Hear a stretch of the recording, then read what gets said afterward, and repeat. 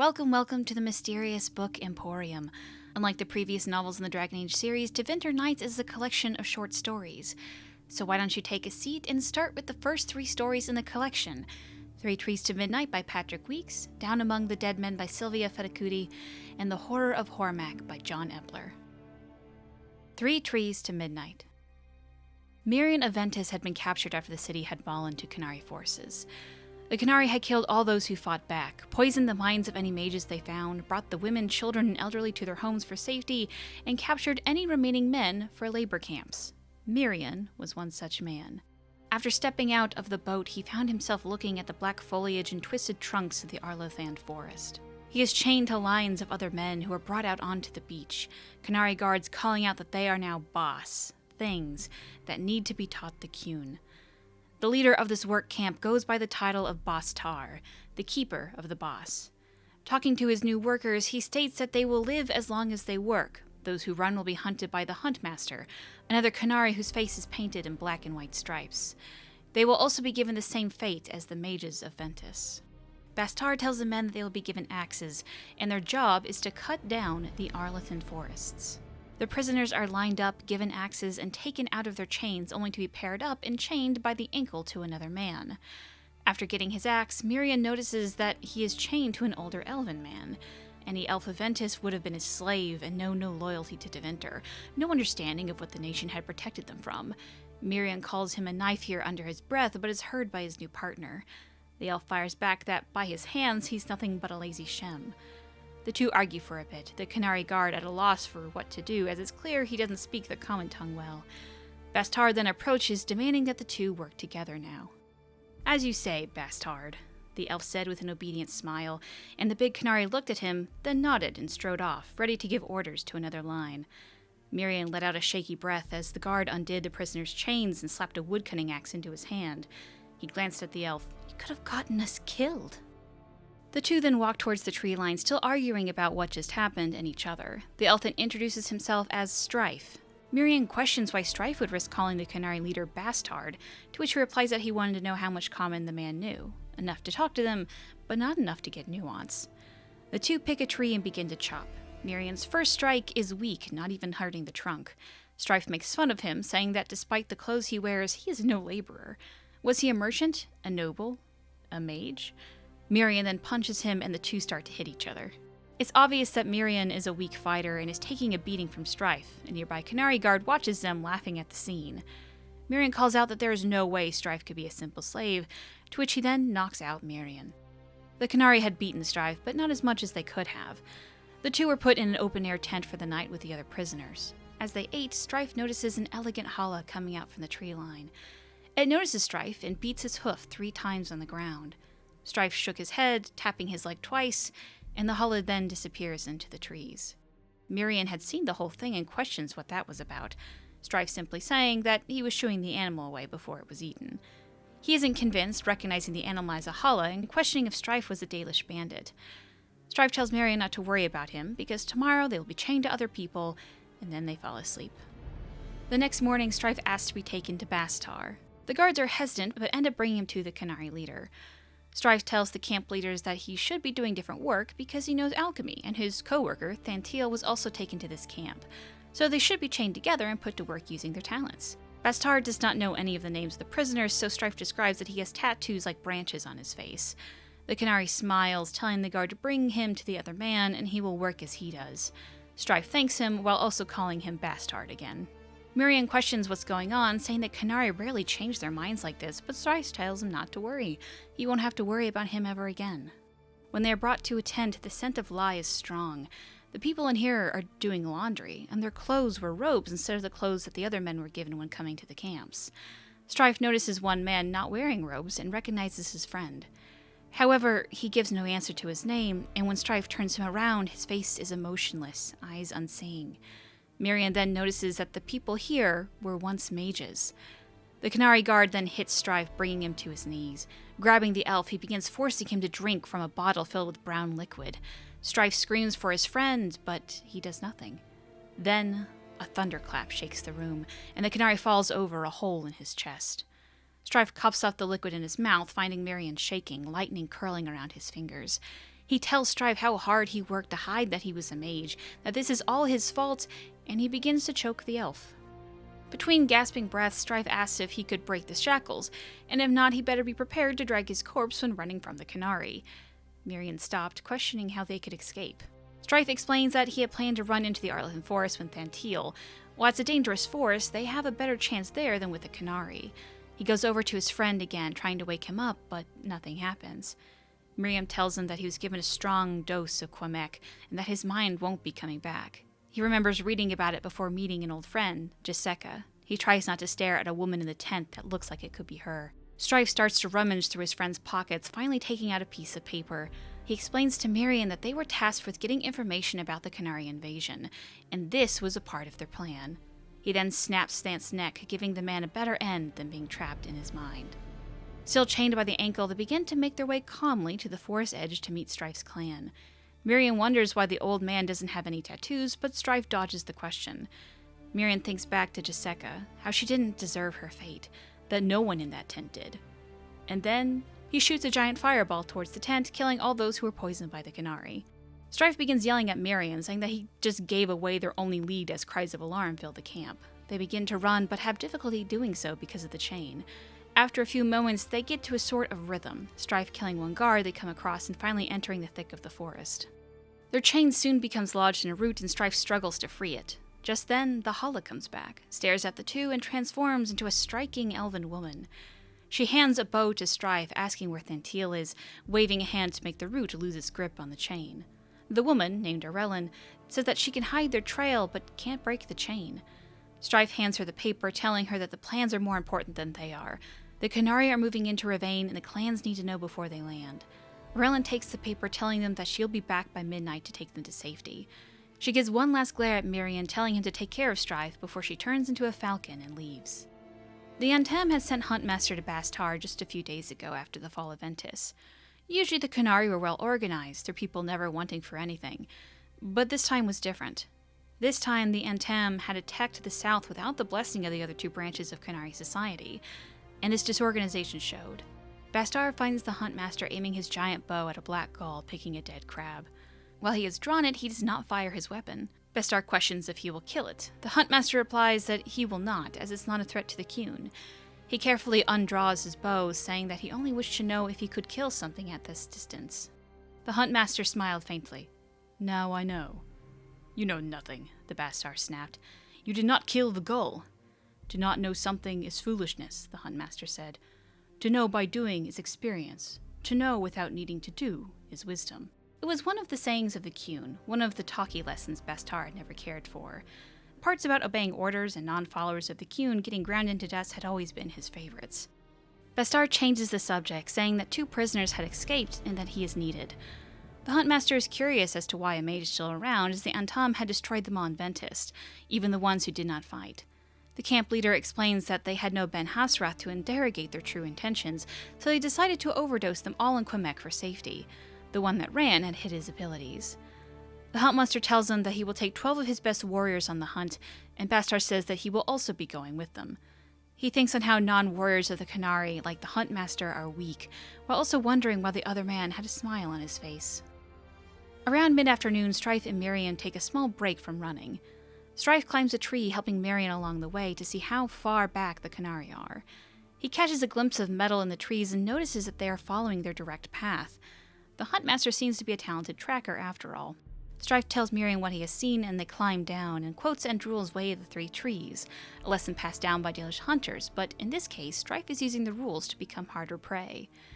Miriam begins to mock the elven goddess, but the elf slams him against a tree, making a noticeable mark in the moss that unfortunately would make them easier to track. He warns the Shem not to mock the ancient elven deity in a forest that likely belonged to her. They continue on, finding a shallow river. Strife leads them across and upstream for a while in hopes of losing the Huntmaster. Eventually, they find a rock to climb on so they don't leave tracks in the muddy banks. Carefully, they help each other climb over the various rocks, making sure to not leave any prints. But just before making it to safety, an arrow punches into Strife's back. The Canary had already reached the river, the Huntmaster getting another arrow ready. The two get behind a log for cover, with Miriam shooting magic towards the Canary crossing the river, while Strife shoots arrows at those hanging back. While pulling magic from across the veil, Miriam notices something on the edge of his mind, but can't quite place what it is. At the moment, however, he focuses on the Canary. Miriam's spell fizzled into nothingness as a massive form of wood and stone crashed out of the forest. It was as tall as a golem, and it walked on 4 wooden legs bound to stone feet covered in runes and moss. Its body was stone covered in vines, and 2 great wooden arms rose up, each ending in a blade of thick metal whose edges glowed with lyrium. Miriam tries to ready another spell, but Strife stops him. He calls out in Elven, but the Guardian still attacks them. Strife is confused as to why it isn't stopping its attack. And then a Canary guard attacks the Guardian. It immediately begins to attack the Canary instead, letting Miriam and Strife get away while the Guardian kills many of the other guards. When they can't hear the fighting anymore, they take a moment to tend to Strife's wounds. While the two give each other grief, there is no venom in their words. Strife calls him Magister again, and Miriam now has the time to correct him. "I'm not a Magister," Miriam glared, his eyebrows about the only thing Strife could make out in the darkness, then sighed and shook his head. "Magisters come from important families. My family were slaves. I only became a citizen because after my magic came, the owner of the factory where we worked adopted me into his family." He swallowed. "I'm nobody. You know the glowing lamps in the streets of Ventus? I like those with magic. That's my job." Strife stretched carefully. He'd be able to shoot. "Can I tell you a secret?" He got back to his feet and found them steady beneath him again. "I grew up in an alienage in Starkhaven." "I thought you were Dalish," Miriam said. "I had a big mouth, and it got me in trouble," Strife said, smiling. "Hard to believe, I know.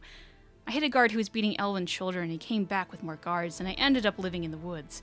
The Dalish found me and let me join up with them. I've picked up what I can from them, but..." Miriam started to laugh. "You're nobody, too." They smile at each other, and Miriam questions if they can make it till midnight. Strife admits he isn't sure, but he's willing to put up the best fight they can. After a few of the Canary guards were killed by the Guardian, the Huntsmaster decided it was finally time to act. Using the spear he brought, he's able to kill it in a few attacks.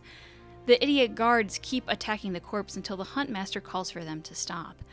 bas-taar argues with him, saying that it's a creature unknown to the Qun and must be destroyed. The Huntmaster finally says that they should give up the hunt, as too many men have died and it's not worth the lives of 2 boss. They could come back with more men and be better prepared to fight other oddities. But bas-taar yells that this is his camp and his rules. They will continue. A guard then comes up, awkwardly saying that they have a wounded man that can't continue on. The wounded Canary keeps his face straight, but it's clear that he's in pain. Instead of sending him back, bas-taar kills him. Then they are off. The Huntmaster stares at the dead guard for a long moment, and then follows the group. Now nighttime, Miriam and Strife can only see by the light of the moon. By the crash of footsteps behind them, the Canary are not too far off their trail. Miriam asks when Strife wanted to turn and fight, and the old elf gives directions to a nearby hill. They finally make their way up and face where the Canary will be coming from. The two give each other a little jab, but there is only friendliness now as they make themselves ready to fight for the last time. When the Canary come, Miriam is able to take out a few with his magic, but bas-taar is able to climb his way up the cliff to them. He rips the bow from Strife's grasp, sending him to the ground, and slams Miriam in the face. However, the two work together, using their chain to trip bas-taar and choke him as he clings to the edge. The 2 men try their best not to slip from the cliff, hoping bas-taar's weight will kill him.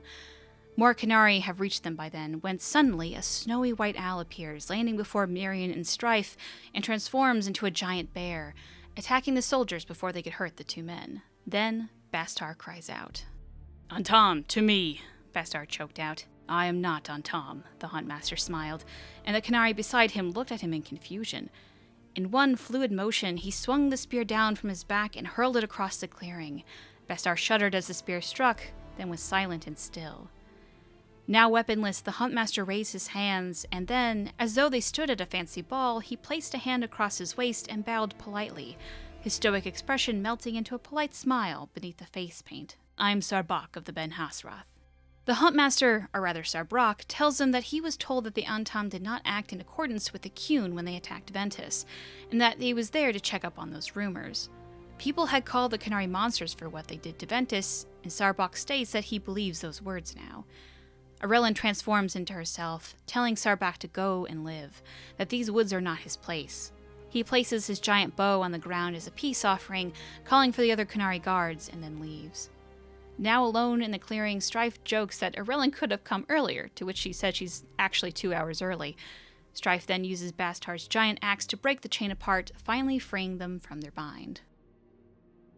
Down among the dead men. Audric had done everything he could to stop from being drafted into the funeral guard. His friends had assumed that he just didn't like the tedium of the position, and in embarrassment, he just let them believe that. But now, listening to the priest talk about the chant of light at this nobleman's, Pendrick Carn's, funeral, his eyes wander up to the majesty of the copper-tilled vaults. The whole temple had been built to celebrate the retaking of Navarra by King Caspar II, and it was a marvel in a city of marvels. But it was all soured by the dead man behind him.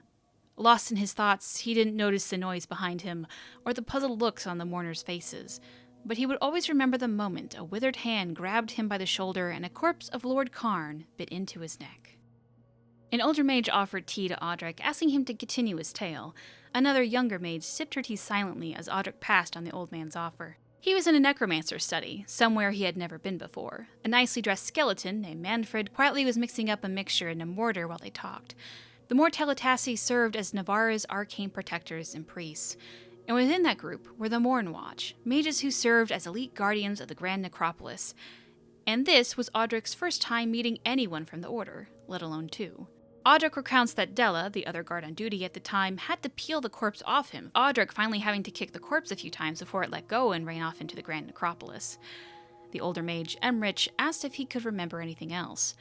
Audric thinks for a moment, remembering only screams, the crowd and his own.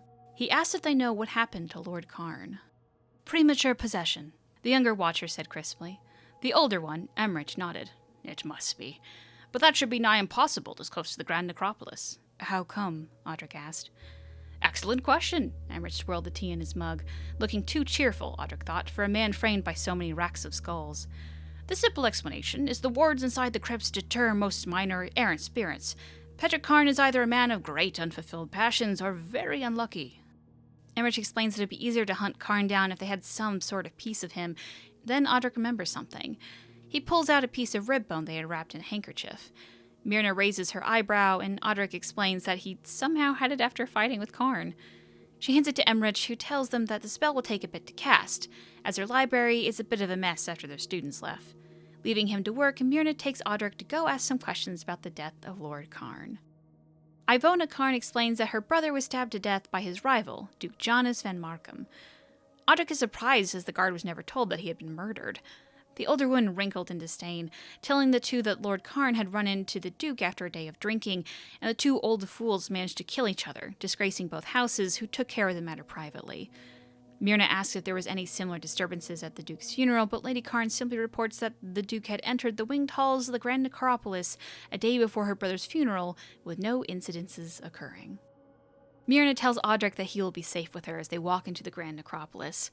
He notices that the style of the carvings look to be from the Exalted Age, with stone from Ferelden. Myrna then explains the basics of the Navarran death practices, that when a person dies, their soul displaces the spirit of the Fade, and that by housing a spirit in the corpse, it keeps the spirit safe. However, what is lesser known is that if a more powerful spirit enters the body, they may become tangled up in a person's unfinished business, which is what she believes happened to Carn. Audric then blurts out that he doesn't believe he's going to be much help here, as the dead makes him very uncomfortable and nervous. Myrna gives him an odd look, then apologizes for her choice in transportation. Just then, a carriage pulled by two undead horses pulls up to the two, and she climbs inside. This must be your choice. Myrna lit into the carriage, skirts brushing the lacquer black frame. Only answer one question. The inside of the carriage was dark and curtained. Myrna's voice issued from plush shadows. Would not a guardsman who's recited the history of every stone in every promenade we've passed regret passing up the chance to see the architecture of the Grand Necropolis? Audric apologizes as he didn't know she could hear him. He holds onto a handhold and the carriage was dashed down a track that circled the open-air mausoleums. Myrna compliments him on how much he seems to know about architecture, and Audric explains that he had gone to school and even kept some books from that time. She questions why he never became a scholar, and he thinks of the sound of coughs and a year-long fever that haunted his parents and cousins. He tells her that guards tend to make enough to feed a family. Myrna breaks the silence to ask if Audric had ever been to the Grand Necropolis before. Thinking of his parents, he says he has been. Twice. She tells him to touch nothing, not to wander, and to make as little sound as possible. Inside an elevator descending deeper into the Grand Necropolis, Myrna states how the geography of the place is a tangle. Audric is suddenly surprised to see her so close to him, her hand warm on his shoulder. She goes on to say that the lower halls of the place are not always in the same place as they once were, and the deeper they go, the more bizarre things will become. Suddenly, the elevator stops, and a voice booms from everywhere at once. It's Karn, mocking them and saying that he will not go back with them. Myrna tells Audric that it's likely a spirit of pride that has inhabited Karn, and then a snap, and the elevator starts to plummet. Myrna tells him to hold fast, and suddenly he's hitting stone, the Watcher sliding next to him. Myrna had fade-stepped them both to safety. Not far away, a crash is heard from the lift shaft. Myrna notes that, unfortunately, they will be delayed. Myrna states that they are lower in the necropolis than is wise, and that he needs to stay by her side. She holds out her hand, and Audric is too shy to take it, but Myrna insists, saying that if he stays in contact with her, he can see things more clearly. Hand in hand, they make their way to the top, Audric pointing out an interesting fountain when suddenly bones start fusing and rising out of the water, way too many that the water could even hold. It forms into a snake-like creature, and the crack of a whip echoes out. Myrna makes her magic whip out again, drawing the creature's attention. She tells the thing that they are permitted here, and to leave them be. And it does, seeking back from whence it came. Audric asks what that was, and she simply says that it was uncatalogued. The next few hours reminded Audric of the nightmares of his childhood, with bizarre but also recognizable architecture and the occasional spirit roaming the halls quietly. Only once did Audric let go of Myrna, when a spirit rushed them. He had clung to a grave, feeling like the room was heaving until she had grabbed his elbow and everything snapped back into place. The two stop, and Myrna asks if he can tell her about a statue. He begins to inform her what it's made out of and the style, but she alters her question, asking if they have passed it before. They had, 4 times. Something is stopping them. Karn's voice speaks out again, mocking them, that he will not be taken back, that the Morn Watch would cage him and leave him to rot on a shelf. And then a golem of bones is before them. Using its glaive, it smashes into the ceiling, which Myrna barely makes it out of the way in time, minus the rib bone which falls out of her pocket and is smashed by the falling debris. The golem makes another swipe at an unprepared Myrna, but Audric stops the blow with his spear. There is a small fight before he feels himself being whisked away again. Myrna had, again, fade-stepped them to safety, the footsteps of the golem crashing around above them. This new room is covered in mirrors and seems to be too tall for what it should be. It's then that Audric's hand brushes against something cold. Myrna is apologetic that this conversation has to happen now. He is confused until he looks down and sees a bit of the golem's blade, unbloodied and sticking out from his chest. Guardsman Audric Fellhausen died of his wounds after Lord Karn's funeral. Myrna sounded apologetic. His body arose the next morning and went to his old post. Your captain was at a loss. As you were interstate, she sent you to us to ease your passage. I'm not dead, Audric said as he grabbed at the blade in his chest. I'm myself. I'm not a spirit, I'm me. Audric staggered as the blade came out with a sickening crunch. Flakes of, oh, maker, dried blood came out with it. You were not quite what you were, if that's who you still aim to be. Audric went over to one of the mirrors. This had been his life, and there was so little of it. Audric wanted to tear Karn from limb to limb. Thoughts of violence filled his mind. And then he felt a warm hand on his shoulder. Myrna tells him that she forbids him to lose himself to rage. He could be more than that. She tells him that she had brought him here to help resolve what he is. What's that? Driven. Myrna squeezed his shoulder more consolingly, then stepped away. An entity as complete as you are is rare. Some of my colleagues argue the higher dead, such as yourself, do, in fact, hold fast to their mortal souls. Others attest that this is impossible. They would say that you were caught between 2 spirits, anger and curiosity. Whatever the case, you are unbalanced. Confronting Karn with you was my remedy. Myrna laments that without the rib bone, it would be hard to find Karn. Audric thinks for a moment and wonders if he is trying to continue his battle of honor with Duke Jonas. There is a pause, and Myrna closes her eyes. She tells Audric that she has been a fool. She then sends a small mote of light into a nook, and a skeleton falls out from it. She snatches it with a magical green collar she conjured up, asking the skeleton to send a message to Professor Emmerich Volkrin, that they have some business but will be up shortly. A large figure in golden armor finally breaks into the Van Markham tombs. Audric is unable to help himself when he sees the magnificent ceilings, alerting Karn to their presence. Myrna calls out that this is vulgar to defile a grave like this, and Karn continues to spout more about honor and that Jonas owes him a duel. Audric confronts Karn, saying that he took his life, so he owes him a duel first.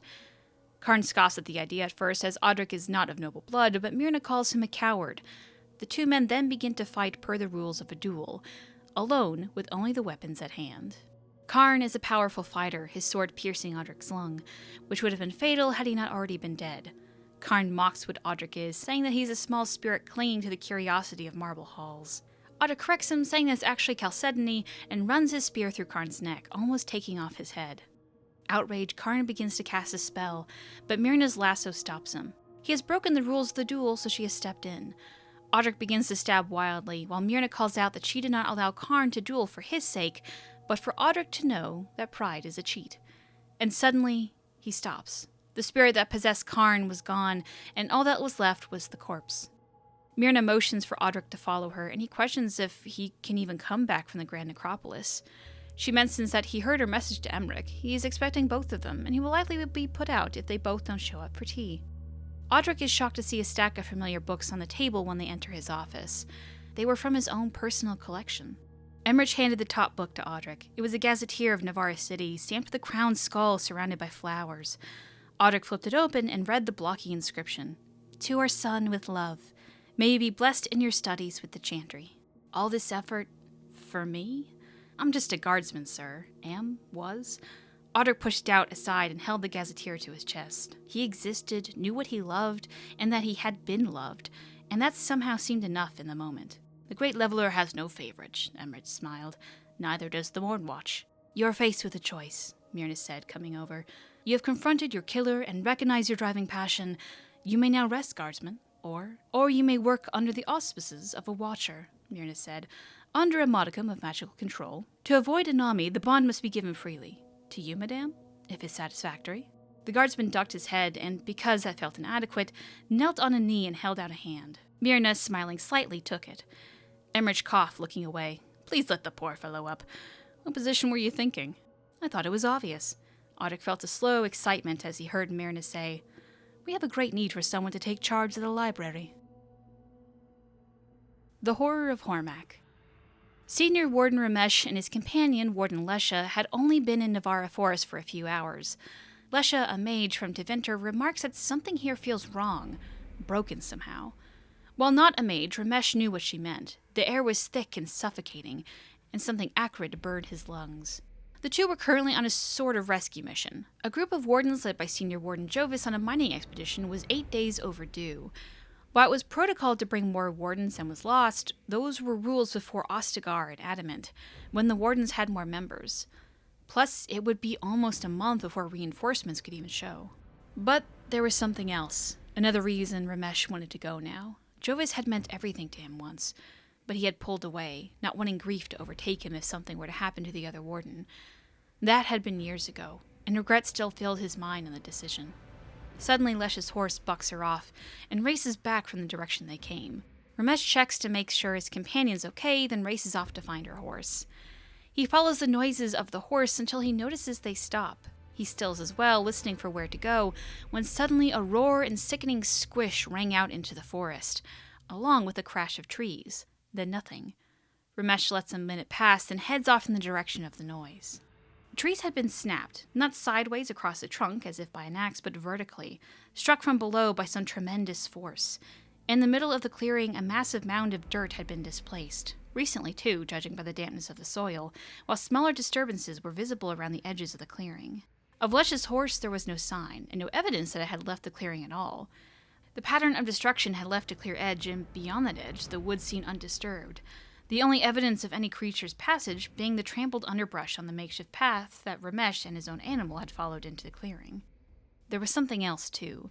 The by now too familiar scent of decaying foliage, sickly sweet and pungent, certainly, but something else, too. Something sharper, saltier. It smelled like the sea on a stagnant day, the smell of brine and seaweed.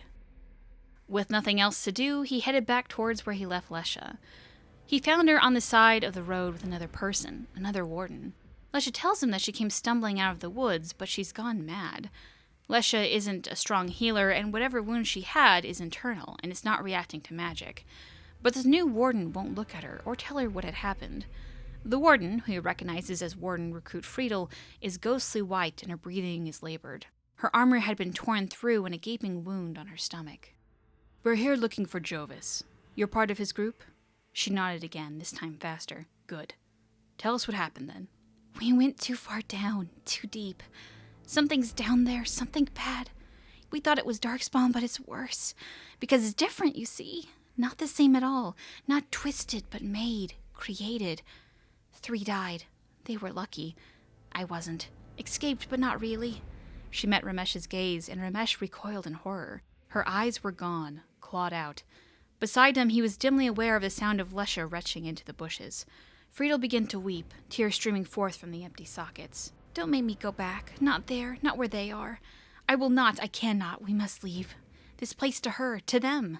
She began to hit the ground. Sobs turned to screams that grew louder and louder. They built it for her. They wait for her. I am free. I paid the price. With that, Friedel jumps up and runs off into the woods. Lesha is able to shoot a sleeping spell at her, which knocks her out. Ramesh asks her what she thinks is wrong, and her only guess is that she is filled with fear. Both discuss what to do next. They can't take her with them, as it would be too cruel, but to leave her would be death. They decide to make camp, hoping that in a few days she can recover enough to be on her own while they go deeper into the woods. They make a makeshift camp with the supplies they have left and end up tying Friedel down so she won't hurt herself more, as the way her eyes have been torn out suggests that she did it to herself. Ramesh takes the first guard of the night. Midway through his shift, he hears Friedel wake up and begin to talk to herself. While he tries to listen in, he can't make out the words, and she quiets when he is near. Eventually, it's Lesha's turn, but Ramesh doesn't go to sleep immediately. Instead, from his boot, he had pulled a piece of parchment tied with a long wax string, a message from Jovis 15 years past, telling him to wait, that they would find each other again, that duty, that sacrifice could mean a whole lot of things. Ramesh had been too proud, too foolish to acknowledge what that time had meant to him. 23 years was a long time, long enough to gather many regrets, but few had the same bitter taste to Ramesh as that one. He stared at that paper, reading the note again and again and again, a mantra across the decade. He hadn't said what he should have said then, and this was another chance. Ramesh wakes up to screams and the sound of horses in panic running from the camp. Looking at the camp, things seemed normal, minus that Friedel and Lesha were gone. Friedel's restraints were chewed through, and a thin gray fluid traced a path into the woods. Following it, he finds Friedel's body. She chewed through more than her restraints. Her wrists were torn open, tendons and arteries gone, like a wild animal had savaged her, but the blood around her mouth told the truth of the story. Whatever had happened to her, whatever she'd seen with Jovis, it had done its work. Lesha had been half right. Friedel had been broken. Something else. Her mouth, mixed with the blood, a trickle of something else. The same thin, grayish fluid that traced her path from the litter, the reek of brine from the ocean was stronger, more present. He cast around the clearing, finding what he was looking for, a small branch. Whispering an apology, he forced it between her teeth and pried open her mouth. The gray fluid came out in a rush. Gallons and gallons of it spilled forth into the clearing, and he leapt back. It seemed to come for minutes, far longer and far more than should ever be inside a person. Finally, the flow abated, the stench of the ocean overpowering. Lesha came out of the woods then, explaining that she had gone to get more woods for the fire when she heard the noise. They decide to build a pyre for Friedel to give their fallen sister a proper end. Both aren't sure what happened to her, and with no horses and almost no rations, the two had little choice but to continue on. The ground was becoming rockier, and soon in the distance, 3 asymmetrical peaks twisting around each other loomed before them. The smell of decay began to grow strong, as well as the smell of brine. They hit the first signs of what was once a village, long forgotten and picked over by whoever had destroyed it. Ramesh notes that there are mounds of dirt, similar to the one that had taken Lesha's horse, but decides that it would be worth not telling his companion that. Finally, making their way up to the mountain slope, they find a battle scene littered with both darkspawn corpses and warden's gear. There had been a fight here, and the wardens were badly injured, as noted by the blood, but no bodies. There was hope. The two split up, looking around the battlefield for clues. But there was something different about these darkspawn. The mutations that gave rise to their mindless hordes were far from consistent. Yet here he saw variants unlike any he'd previously known. Hurlocks with extra arms, shrieks with the powerful legs of a genlock, and an emissary with a second head. Lesha's voice calls out then, and Ramesh runs over. She has found a hole in the ground with a staircase leading down, along with bloody footprints. Lighting her staff, Lesha lowers it to see farther in. Written in glowing lyrium were the dwarven runes that read out, Hormak. It takes a while to reach the bottom of the staircase, all the while the scent of seawater getting stronger. Around the edge were signs of the wardens, fires with embers and a noticeable camp, along with signs of another fight, although a smaller one. There were also signs of a dwarven mining operation of some sort, long dead and abandoned, their tools and even lyrium charges left to rot. Lesha notes the charges, saying that they are powerful, but without a fuse they would be useless to them. Ramesh wonders why the dwarves brought them, as it was known that the first blight did a number on this place, and the structures were weak. Lesha notices something on the pillars then, and brings Ramesh to them. While she isn't sure what they are, he recognizes them immediately. He tells her they are senior warden markings, most notably from Ferelden. There are 3 marks, the first representing when it was written, the second on how many people are with you, and the third when you were expected to be back. Ramesh reads out that Jovis's group had left 3 days ago, had 6 wardens left, and didn't expect to be back. In fact, they had left a warning to not go after them. Ramesh is silently crushed, the small hope he had gone. Lesha is quiet, then gently urges them to continue. They have gone this far already, and they can't abandon their people. Ramesh agrees, but feels the familiar tingle of nearby darkspawn. The 2 hide and are surprised at how quietly the darkspawn enter, as they are usually noisy. 9 darkspawn, led by an emissary, but all of them were unusual. One had a scorpion tail, another skull looked more avian, one had wings, and another had a snake's head for an arm. When they attacked, the darkspawn attacked as one, with some amount of tactics that were unusual for their kind. Ramesh and Lesha fight off the small horde, but Lesha is wounded, a small cut to her side. She can still continue, however. It's then Lesha remembers that the warden markings were making a path, and the 2 find a door in a wall, able to lift it using handholds on the bottom of the door. They place a boulder to keep it open and head into the strange walkway. The air was heavy with the smell of brine and decay now. Ramesh tells her to count 8 hours, and if they don't find anyone, they will turn back and head home. They both walk in silence through what feels like hours, but finally the scenery seems to change. The walls became carved, but they were too worn to really tell what they were. But they notice a repeating wall painting of 3 figures, a supplicant, a priestess, and a monster. Lesha notes that the art style looks Dwarven, but Ramesh notes that the figures look more elven. She pointed to another painting that was partially intact. 3 figures, the supplicant, the queen, and the monster. Except the person and the monster change. Not a lot, but a little. Enough to tell, but the priestess remains. She was right. The creature changed a bit each time, as did the figure, but the priestess remained the same, or at least almost the same. It was perhaps the oppressive nature of the place acting upon his worst fears, but it seems to him that the priestess's smile grew a little wider and a little crueler with each subsequent image. The wall carvings become more delicate as they walked on, showing flowers and animals that neither recognized. Finally, they come across 2 giant doors that were open, which reminded Ramesh of crocodile jaws, and the 2 walk in. The room is huge, and they cannot tell how far it went up. Massive carvings line the wall in a style that was definitely elven. While not unusual in the deep roads, what was unusual that there was no trace of anything Dwarven in this place. The detail was exquisite, and Ramesh quickly realized that what he had first thought to be some kind of paint or pigment was in fact millions of tiny gemstones set into the stone. The images engraved into the stone seemed almost alive, each one a perfectly frozen moment as the actors within marched through their stories. On the topmost band, stately elven kings and queens held court, their people kneeling before them in respectful supplication. On the middle, scenes of healing and succor, of disease and injury being drawn forth from the sick and dying by elven mages. And on the bottom, Aravels, far more elaborate and grandiose than any that Ramesh had ever seen, pulled by armies of Hala towards distant mountains, one of which, he realized with the start, was that same mountain that they were now beneath.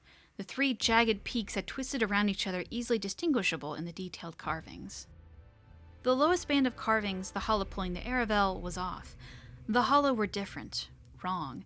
They had too many horns for one, and a harder, more rounded look than was normal. A look that was almost insectile. And the horns themselves were longer and ridged, organic somehow. And the Aravels were unlike any he had seen. The windows were barred, and they bore more resemblance to a prison ship than anything else. The middle band with its scenes of healing seemed now twisted, wrong. No longer did it seem as though mages were drawing corruption and disease out of the wounded and infirm, but instead they forced it in, pushing it through and into the fallen bodies. The expressions on the faces of those elven rulers betrayed a contempt that was almost palpable. The beatific smiles edged with disgust and disdain for the creatures at their feet, and the subjects, far from kneeling in reverence, as Ramesh had first thought, seemed more to be cowering in terror. Ramesh and Lesha are stunned, noticing that the images began to repeat each other after a while, but both noticed a humming sound that was coming from the other end of the room. On the opposite end of the room, a massive door, perhaps 100 feet wide, was set into the wall, and then next to it, a smaller door, its carving worn in some places. The smell of brine was overpowering here. Hand in hand, they walked through the door. Rank upon rank of twisted grotesqueries filled the cave. Each one was a twisted horror of body parts assembled seemingly at random. The fanged maw of a serpent rested atop the slender neck of a hala, moving rapidly on the limbs of a varteral. A massive spider scurried about, its many eyes replaced instead with the heads of a dozen serpents, each one dripping venom from exposed fangs. And in the center, a massive pool, filled with a viscous gray fluid. The scent of brine wafted forth from it. Above it, a massive lyrium crystal hung suspended. It glowed with a sickly light, tinged with yellow and green. Streamers of energy flowed from it into the pool, sending it bubbling wherever it touched.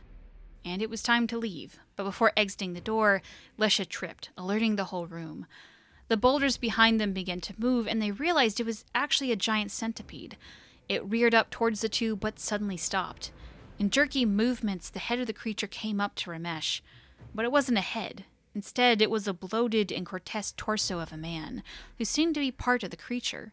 Further, Ramesh recognized him. It was Jovis. What was once Jovis wonders if it is Ramesh, his voice losing a bug-like quality and slowly growing more human as he talks. Ramesh is stunned, but confirmed it is actually him, asking Jovis what had happened to him. "We drank. Works differently from us. Can't just have it. We need it inside. Takes a while. They turned us, 2 halves, 2 wholes, trying to be 2 ones. But I stayed me, and it hates that." It twitched, the cavern shaking in sympathy. "Not forever, not for long, just for now. Enough." The buzz returned to the voice, insistent. "And we waited for you. Oh, yes. Now you come." The creature screams, and Jovis's voice came back. "Can't let this out. Got to bury it. Bury me." The words came even more slowly, each one being forced through whatever will battled Jovis's for control of the creature. "She cannot have it. Not again. Locked for a reason." "Who, Jovis? Who can't have it?" The creature made a gurgling noise, and it took Ramesh a moment to realize that it was laughing. Same Ramesh. Always the wrong question. Ramesh tries to quickly cut Jovis's throat to end his pain, but the monster in him reawakens. Lesha quickly creates a barrier between them and the monsters, but she has trouble keeping it up under the pressure. She yells for Ramesh to run, to tell the wardens, but he doesn't want to. Her nose begins to bleed, her face falling in despair, but she stares at the lyrium. Suddenly, the shield collapses, and she uses her remaining energy to blast the crystal, which shatters. Screams of rage came from every monster in there, and the room began to collapse. Ramesh is able to make it out, but Lesha and the other monsters are caved in. There's a silence in the deep roads, Ramesh processing what just happened, when the rocks begin to tumble again. The monster that was once Jovis starts to emerge, and Ramesh runs. He runs the hallways back up towards the Tig, the creature not that far behind him. Quickly forming a plan, he rolls lyrium charges in place by the door. Taking out Jovis's letter to him, he takes the string that tied it up for all those years and quickly uses it to make a fuse for the charges. The creature is in sight now, and Ramesh waits for the right moment to start the fuse, then runs for the surface. He worries that perhaps he sensed something wrong, but he feels the blast before hearing it. On the surface now, part of the mountain itself begins to collapse on the ancient Tig. He can hear the screams of what was once Jovis slowly ending in silence. He expected to hear it again, but nothing came. Nothing but rain. He survived. And more important, he could tell the other wardens. Warn them about the horror. Warn them about what lurked between Hormak and maybe, probably elsewhere as well. Because he remembered something. Something about the bas relief that he dismissed at the time, but which now loomed large in his memory. The mountain he brought down, the one that buried that nightmare under thousands of tons of rock, was not the only one to which the Aravals brought their prey. There had been, before the images repeated, 11 others. Discussion. So before we get into the actual novel, I want to talk a bit about the release, mostly because I like keeping history of these things, and it might happen again for all that we know. Many of you might have noticed, but a few days before it came out, there was suddenly a ton of spoilers on the internet. Most famous was a list on Reddit that contained a few bullet points, and then actual quotes from the novel. While it's true that some people got their books earlier for Amazon, and some bookstores even began to sell it almost a week before its release, the major source of release was actually from Google. While not all countries could see it, many people were able to see the first 50 pages of Tevinter Nights in a preview by Google Books, which included all of Three Trees to Midnight and a bit of Down Among the Dead Men. However, people were able to figure out that by searching the text for certain keywords, the 3 lines would become unblurred and be able to read anywhere in the novel. Some were able to brute force their way into reading the whole thing, while others, like the Reddit poster, just searched for important words.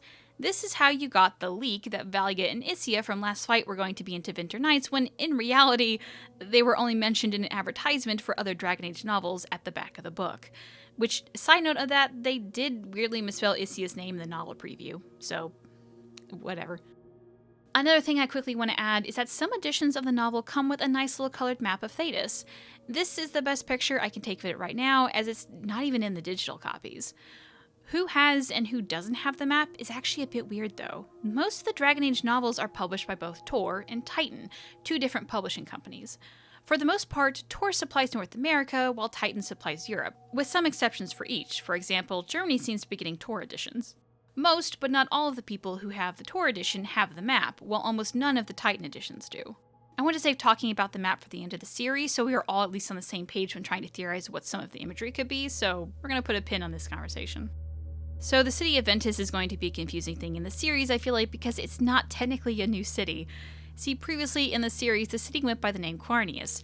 For example, we actually see bits of the city in the comic Those Who Speak, where the main villain, Aurelian Titus, has a home. Verania, Fenris' sister, is also said to live there in Dragon Age 2. Dorian's family has an estate in the area, as well as Maevaris. Which, as a quick aside, Dorian and Maevaris are safe, they were not hurt by the invasion. Verania's whereabouts, if she is alive, however, is unknown, so... The change of name does have an in-lore explanation that they explained in the newer Dark Horse comic, Stanley Deception, which actually shows the fall of Ventus as well.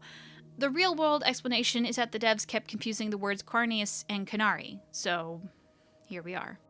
So, unfortunately, with the nature of these summaries, I have to take out a lot of the wonderful nuance and emotions so that I can quickly explain what's going on. One thing I had mostly struck from my summary is that Strife keeps talking about the Way of the Three Trees, which are the Dalish teachings that are said to come from the goddess Sandrul. He brings up all three rules, which end up helping both of them survive, so the title itself is actually pretty literal. Both men need to follow the three trees till midnight, or 10 p.m. I guess, as that's when Aurelian actually shows up. On Quebec, it has actually come up in the series before, but looks different. In the comics Those Who Speak, Isabella is fighting against a Tamasaran to take Quebec. There, instead of the brown liquid, as is described here, it's a glowing orb, leading some to believe that Quebec was lyrium-based, as it did suck out memories from people. Seeing its new form, I'm not sure if that's the case or not, or perhaps lyrium is still mixed in there, or perhaps the poison in the comics was kept in a glowing orb for some reason. Retcons. So on the Canary plans that Thant had stolen, we know what they were, that they planned to take on Ravain next, but I have to question why. Ravain has many converts to the Qun already, so if they were to attack, it would likely be in a place that doesn't have as strong of a Canary convert, which in this case would likely be Darsmud, the capital and seat of the Ravaini Chantry. However, this would be breaking the Ilmarin Accord that the Canary signed with most of Thetis and the Chantry. While the attack on Ventus was terrible, Tevinter never actually signed it, so it doesn't break the truce. Attacking anywhere else in Thetis would be breaking it.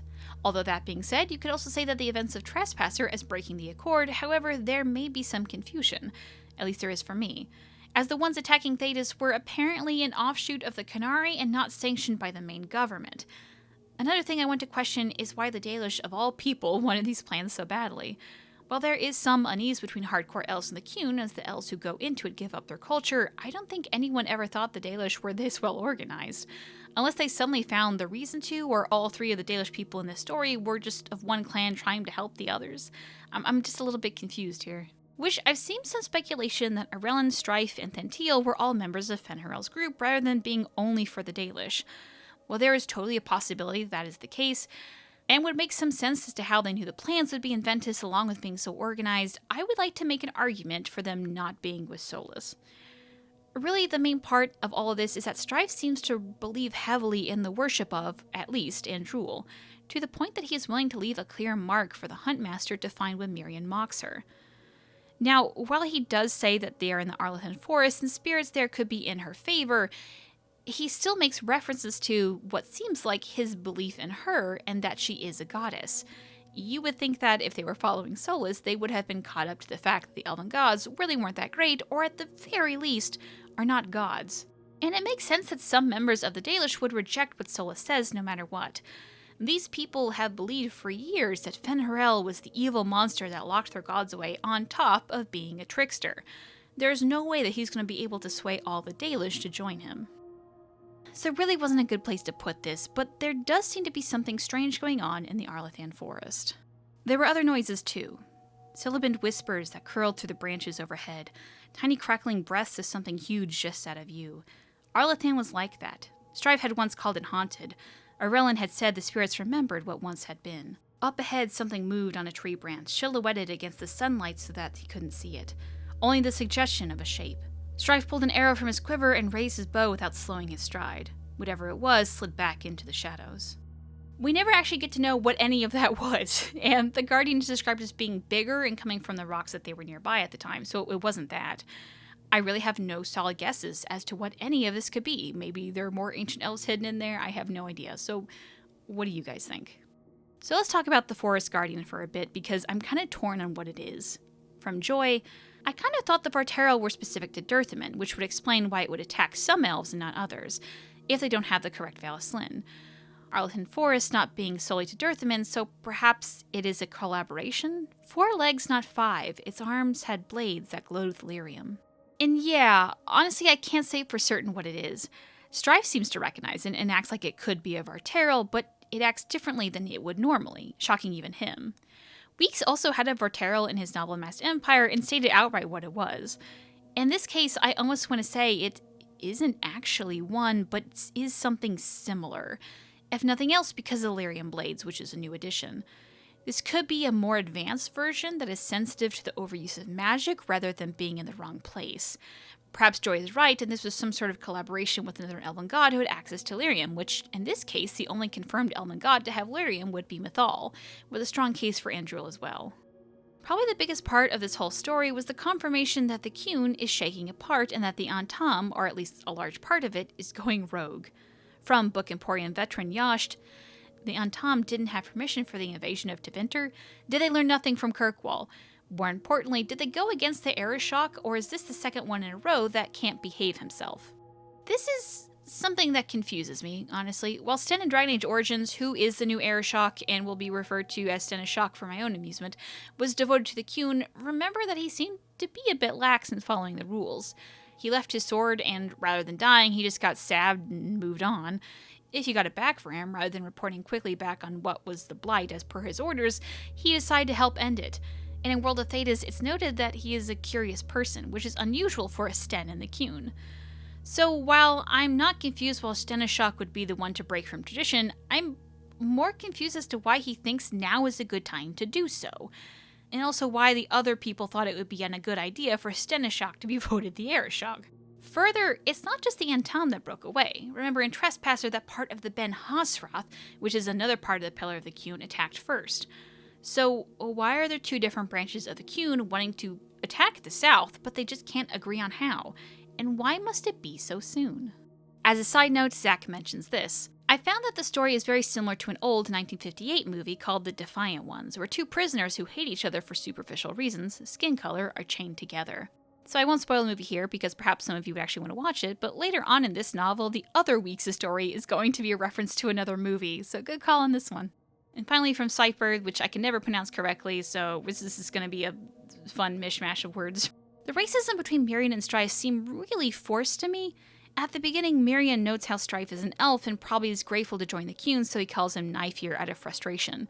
In response, Strife calls him Shem. Neither character has ever expressed hatred of each other's race, and just appeared to call each other a racial slur for the heck of it. And in the end, after they bond, they just stop calling each other slurs. I had the same feeling. While I appreciate the effort in trying to go down a viewpoint that is different in the series, the overall execution did seem a bit forced for me. I'm willing to overlook the quickness of the change of heart due to the medium, but the beginning of the slur usage did just seem to come out of nowhere. Motorcycles. So a fun little aside that maybe only I think is cool, but King Caspar II is actually sort of new in the series. So in the early Tower's Age, the Third Blight hit, and in the resulting Power Void, Orlais took over Navarra.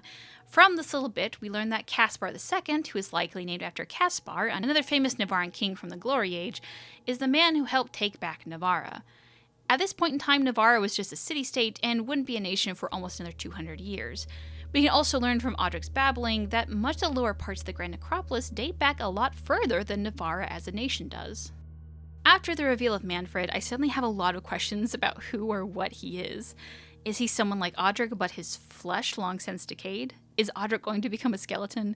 Is he just a complex spirit bound to a skeleton? And further, what is the ethics of keeping a spirit as a servant? Now, I actually want to talk about this further, but there is a much more important moment of spirit servants later in the novel, so for now, put a pin on this, and again, stay tuned for the last episode. Now, if you haven't heard of the Morn Watchers, don't worry, this is literally their first appearance and came as a shock to me as well. But I have to say, I'm not sure if it's because I really like the mix of Scholar and Guard, the characters of Emmerich and Myrna, or just weird whip magic, but I'm excited to see more of this order, and hope that it comes as a specialization later in the series. Their main gist seems to be there's just a special branch of mages within the Mortalitasi where they check out any weirdness and protect any spirits and bodies of the dead from harm, trying to make sure that everyone rests in peace. There also seems to be an undead version of the Mornwatch, as Audric notes that there are some walking around in their uniform in the necropolis. From Yasht, every mage in Navarra is in the Mortalitasi order. As far as I knew, only some of them were, and the rest live like mages elsewhere. There is a mention of the Navarra Circle in the Codex Entry, the Rite of Annulment, so they have at least one of those. I actually had a few submissions that boiled down to just this, and I'm sorry for everyone else I cut, but Yash was the first and also brought up the good point about the Rite of Annulment Codex Entry, so he won this one. I know people are looking to me for answers on this, but I'm kind of just as perplexed as all of you.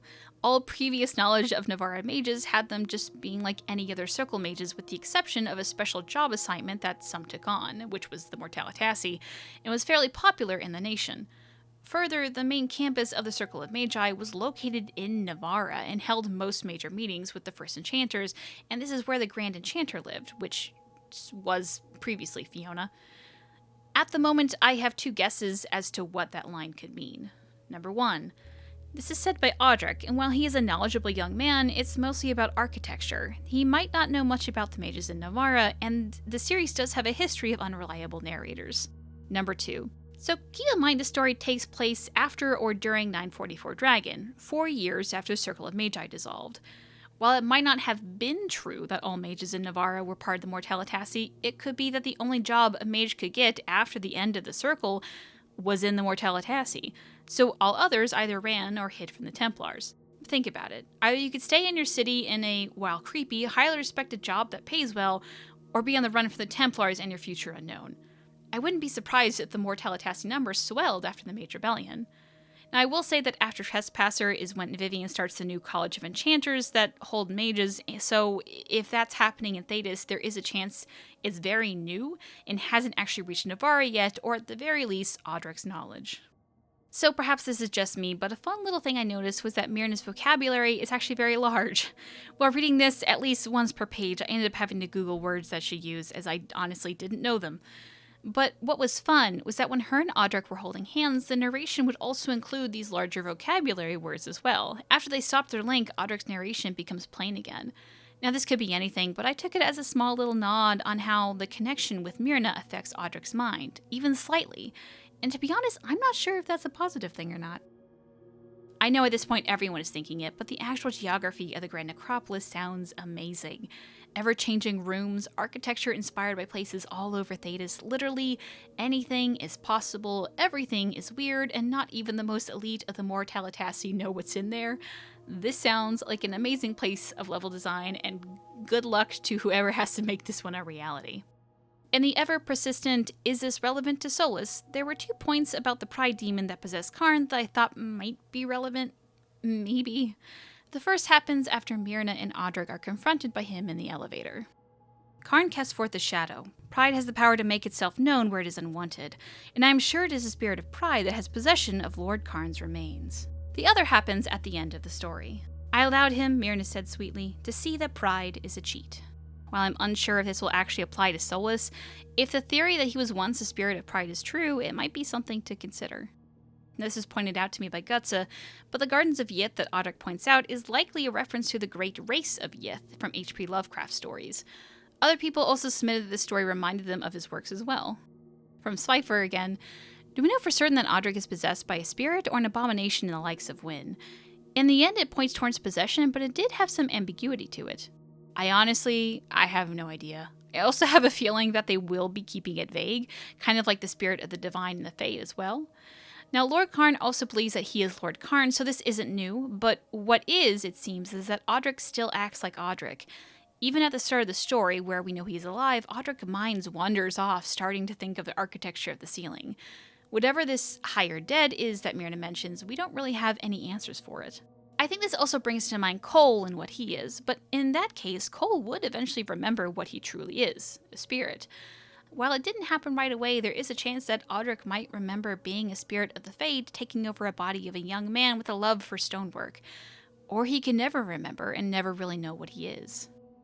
I also want to point out, again, the ethics of Myrna using some sort of magic to bind Odric so that he won't be twisted and would be able to settle into society properly. Like Solus implies in Inquisition with Cole, a spirit asking to be bound doesn't mean it isn't abuse. If this is something so rare, even someone as intelligent as Myrna could possibly use magic that might hold Odric back from being more than he is. So a very quick lesson on what Hormak is. Hormak was first mentioned in the series all the way back in Dragon Age Origins. It was one of the 12 great taigs of the dwarves, and yes, we will get back to that number in a bit, and it was one of the 4 that lasted up to the very end of the First Blight. It would be cut off by Orzammar, who had the last entry to the surface, and left for dead along with Kal-Sharok and Gondar. Kal-Sharok would later be found alive, well, for the most part, that's another thing, but it's clear that Hormak didn't make it. Gondar too was likely dead. Something that some of you may have noticed while reading, or if you remember it from Codex entries, there are 2 different spellings of Hormak, one with an A and another with an O. The Codex and the name of the chapter use the A spelling, while the entire text of the chapter use the O. There have been a lot of theories that question if the spelling differences might actually be for a reason, and one might come out just for fun, but look, after doing hours of video on all of the Dragon Age novels, I want to tell you a small secret. The editing hasn't been great in all of these novels. There's a lot of errors, guys. It's kind of bad sometimes. At least once or twice a novel, you come across awkward wordings, repeated words, impossible lore, and misspelled names. I honestly think that if there will be a reason stated for the O versus A, it came from a mistake in editing that the devs created a reason for fun. Speaking of editing weirdness, there were 2 things other than the name spelling that kind of confused me. The first was that when Friedel knocked over Ramesh when she ran off for the first time, he somehow bruised his wrists. While that is possible, it's very unusual to fall like that, especially since Ramesh seemed like he was kneeling in front of Friedel and then was knocked over. It would be really awkward to catch himself on his wrist like that. When reading, I had to do a double take thinking that she had grabbed him or something, but it never actually said so. Another thing was the amount of horses. At the start, it makes it seem like there were just 2, one per warden. Then one gets eaten, leaving just Ramesh's horse. Then suddenly when making camp, every mention of horses is plural, until Ramesh's horse takes off, and then there's no more horses. While it would make sense that there was a pack horse that they had, it was never mentioned directly, and I was kind of a bit confused. So let's talk about Friedel for a moment, or more so that she was a warden recruit. Now in the past, this was a rank for those who joined the wardens but had not yet taken their joining. At least that was our understanding. While it was never stated if she did or didn't, I think it's a very important point to know if she was tainted or not. For now, I'm going to run with the assumption that this isn't an editing error, despite what we just talked about, and that she had not taken her joining yet. Now this is completely from a comment I had on another video, and all credit goes to Incardanine on this one, but the wounds on Friedel are oddly similar to the wounds that were given to Ghilannon as mentioned in her Codex entry in Dragon Age Origins. Both were blinded, tied up, and had their bindings chewed through for their freedom. Now granted, the context is completely different, and Friedel also had a stomach wound that was not mentioned in the Codex entry, but it isn't out of the realm of possibilities that the hunter who wanted to kill Ghilannon stabbed her in the stomach as well. However, he could not kill her due to his curse. This makes more sense if you read the Codex entry, just go read it real quick. Perhaps even that her wounds were self-inflicted not because of what she saw or was trying to get free, but rather trying to make herself more like the Hala Mother? Maybe? While it is a stretch, it's quite a coincidence considering that Ghilannon likely plays a larger role in the rest of the story, and I don't think it's impossible that Epler remembered this and thought it would be a nice little detail, even if it isn't really important to the lore of the story of what's going on. So let's talk about the wall carvings that the 2 wardens come across. From Joy, why would dwarves paint the stone rather than carve/shape it? Priestress, queen, stays the same, but the supplicant, slave/prisoner, and the monster/demon are distinct. Perhaps because each monster had a taste for something different?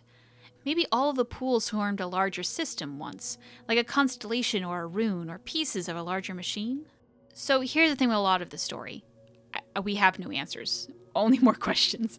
So I can't actually answer any of Joy's questions here, but I think these are some important ones to ask. Why would they paint the stone rather than carve it? Which, on that, and speaking of editing, when first referenced to, they are mentioned to be carvings and then referred to as paintings for the rest of the time that they are talked about. Now, why are there 3 people? Why are they elven? And why do the dwarves care about that? I don't know. It's at times like these, when we have no answers, to really just sit down and list what we know. Because a lot happens in this chapter, I'm going to just combine this into one section, so let me talk about a couple other things real quick and we'll get back to this. The massive carving with jewels is also very important. Imagery aside, which we'll get to in a bit, there are 2 parts to this that are likely a reference to other bits of lore we have. The first is what I've said earlier. Ramesh mentions that the carving repeated 11 times, making 12 in total. Hormak was one of the 12 great taigs in Thedas. While there is always a way for this not to be true, I think this is a hint that whatever Hormak was to the elves, the dwarves built 12 taigs on top of the other labs or whatever, and one of these is Orzammar. While we aren't sure that all 12 had survived like what's in Hormak, or that all 12 labs survived to the modern age, there might still be remnants of something. And someone we know might have actually found where Orzammar's is, which leads me to my next point. Sandal. Yes, Sandal is actually relevant again, rejoice all. You see, in World of Thedas Volume 2, it says this. When they reached their destination, what Bodan saw nearly took his breath away. A glittering wall that depicted ancient tales of heroes and paragons, elves, dwarves, dragons, and creatures Bodan could not name, brought to life in a mosaic of gold and jewels. It was vast beyond his imagining, stretching upward far above the glow of the torches, into the upper regions of the chamber and down, its lower segments buried beneath the rocks they stood upon. Bodan took a torch and walked the wall, trying to gain a better understanding of its scale, when an old cave-in halted his progress. He turned around, and that was when he saw the boy, a dwarven child about 5 years old. So it has a jeweled wall with odd, unknown creatures, elves and dwarves, held in a large room ending in an old cave-in, which, in this novel, the Hormak lab would have been.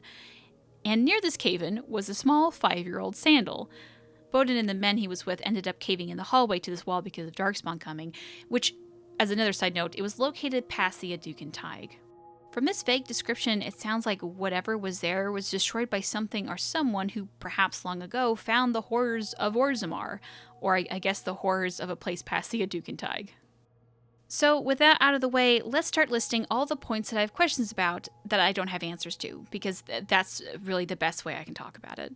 A monster from the underground that eats meat from above ground. While this could have been Jovis, what was Monster Jovis attacking the old ruined village? Unless there is another monster that we never got to see. Why does the Navaran forest near this unnamed mountain feel wrong and that it wants Lesha to die? And a feeling so strong that even Ramesh, a non-mage, can feel it. As a side note, could this be related to the curse that was put on the Solasan doors in Inquisition, where the closer you get to them, the more wrong they feel? While the doors in Solasan was just a false warning and went away after they opened, perhaps there was a similar curse on Hormak or this area? And if so, why did the villagers choose to live there? Why does everything smell like seawater and decay? Now, another possible connection was with the Codex entry in Inquisition mentioned a deal in which Ghil was able to become a god.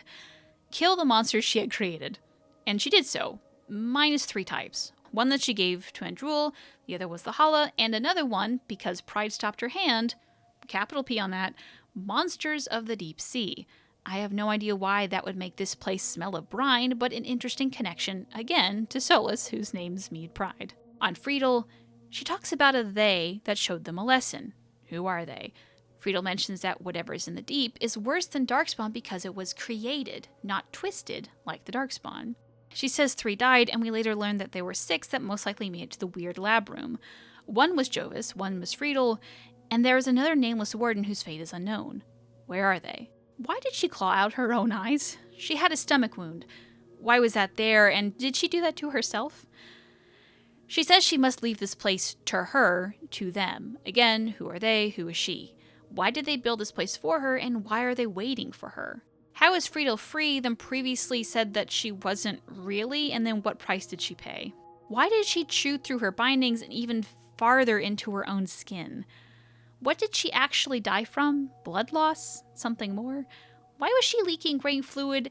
How did more than what was possible come out of her? Did she have to drink that much?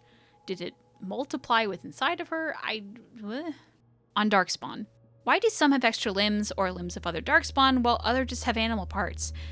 They seem to have some intelligence behind them. Not that they all are intelligent, but they are being controlled by something, similar to how an archdemon controls the Darkspawn in a Blight. Jovis also seems to be under this control, but he's able to fight it somehow. So what is this? Why was there an army of them being built, and by who? The Dwarven mining party. Why did they go here? Could it be possible this was the same group that found the one near Orzammar and shut it down, or just some unlucky dwarves? Did the dwarves of Hormak really not know about the secret door when just a bunch of wardens who just came in were able to find it so easily? Or did it used to be hidden? Or perhaps did they keep it protected? If nothing else, is there anything about this in the Wall of Memories? On the first paintings that were found, why were they painted rather than carved? Why does it show elves and not dwarves? Why does it seem like the dwarves made it and not the elves? Who is the priestess / the queen? Why do the supplicants and monsters change each time? Are they changing into each other? Why is the female figure grinning larger each time? The carvings begin to get more elven, with unknown creatures and flowers. What were they? And are they actually carvings or paintings? On the jeweled wall, why depict any of this? The amount of gems used in the wall suggests the ultimate extravagance. So how rich was the person who ordered this? Why are there no signs of age in the room? Why did the columns seem to shift when you look at them? Magic? They ended up reminding Ramesh of Hollowhorns. Is this really for Ghil, or maybe something just attached to her? If the top band was Elven Kings and Queens, could this have been the Evanuris? If the carvings was to honor the Elven gods, wouldn't it be extremely risky to show them hating their people?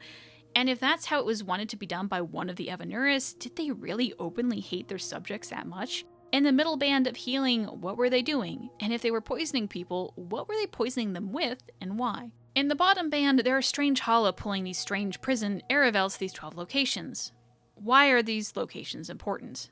Of the two we know, Hormak and possibly Orzammar, they're both under mountains. Is it being under a mountain important? On the strange Hala, which are described to look almost bug-like with more horns than normal, I want to touch on something real quick. I recently did a video about the Hala and mentioned the story, and probably the most common comment I got was asking if the Hala had been tainted. Now, while it is possible, I would like to state that I'm not really sold on it. In DA RPG, which is debated to not be canon, so keep that in mind, there is a creature called the Darhalan, or basically a tainted Hala. There's actually a picture of one, and it doesn't really look like what is described in the carving. While things change, and especially for things in the Dragon Age RPG, I think, like Friedel mentioned, these aren't Darkspawn. They are something more. Something created. On the strange lab part, why were there two doors, one very large and one very tiny? Why was there a hum? Lyrium does make a sort of hum, but it's more musical in its description. How is this different? Or is it? The lyrium was described as being tinged with yellow and green. Was this a new type of lyrium? Was it blue with hints of yellow-green, or was it yellow-green? It seemed to be feeding the pool of grey goo with energy. What is this stuff, and how does it work? A darkspawn seemed to be drawn into the pool and was surrounded by a strange cocoon that flashed green light and seemed to transform very fast at just the touch of the strange liquid. Why and how does it do that?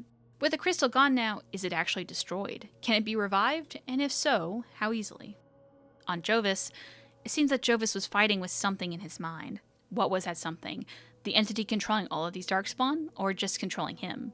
He mentions that they, either being the wardens who are tainted or just regular people like perhaps Friedel, needed to drink of the water to be turned. Why did they need to drink? Something or someone made them drink.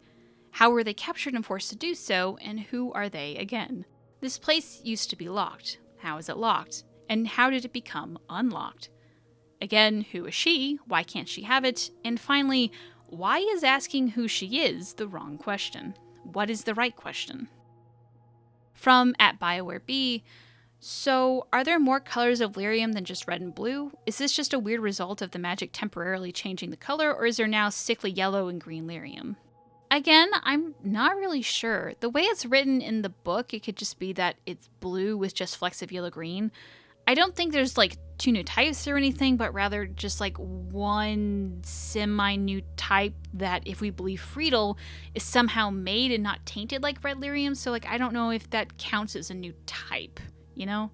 I don't know how this works. From Zach, I see possible connections to Dragon Age Origins' Harvester, the corruption that plagued Andrul, or this could be a creation by one or multiple of the Magistress Sidereal. So most people will jump to Ghilannon here, and for good reasons, but I also think it's important to open up other options just in case. The story of the Harvester is somewhat similar to this, in that some horror of the deep was created and forgotten about, and eventually finished with the cave-in. In the Harvester's case, it was because of Tevinter mages trying to recreate golems, but Tevinter does steal a lot from the elves.